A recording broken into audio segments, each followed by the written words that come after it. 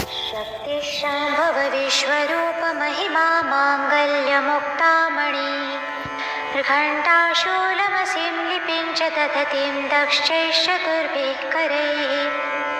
वामैर्बाहुभिरर्घ्यशेषभरितं पात्रं च शीर्षं तथा चक्रं खेटकमन्धकारिदयिता त्रैलोक्यमाता शिवा देवी दिव्यसरोजपादयुगले मञ्जुक्वणन्नूपुरा